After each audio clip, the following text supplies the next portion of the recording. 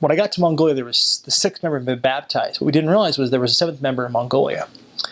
And me and Elder Blanchard, my companion, were learning the city. We first got there, it was like, okay, here you are. The couple's kind of got us an apartment, a little bit of food, and said, go.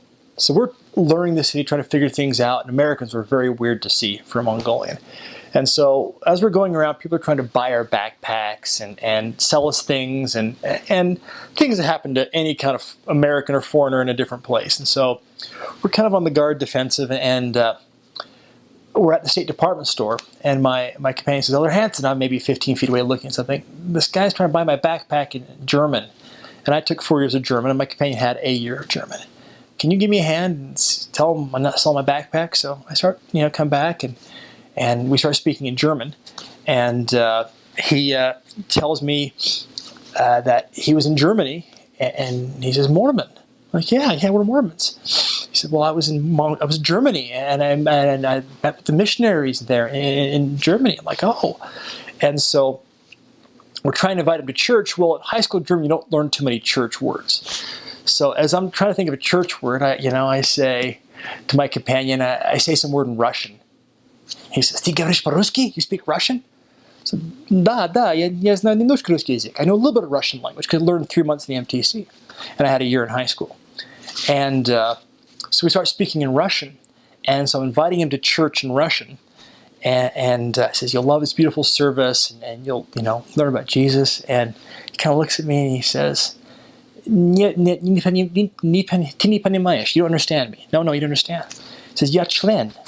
I'm a member. You're a member? He says, да, yes, я крестил. I was baptized. And, oh. And, what a blessing to have this person just already come back from Germany, been baptized, and received a blessing from the missionaries in Germany that he would be able to find his church in his home country. Even though it wasn't there when he was there, he got that blessing that, the church would find him and could teach his family.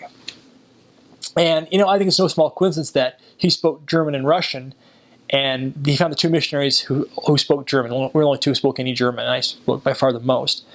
And then we all spoke Russian. And so we ended up meeting him and teaching his family, who all joined the church. And I think most have gone on missions, married the temple, active.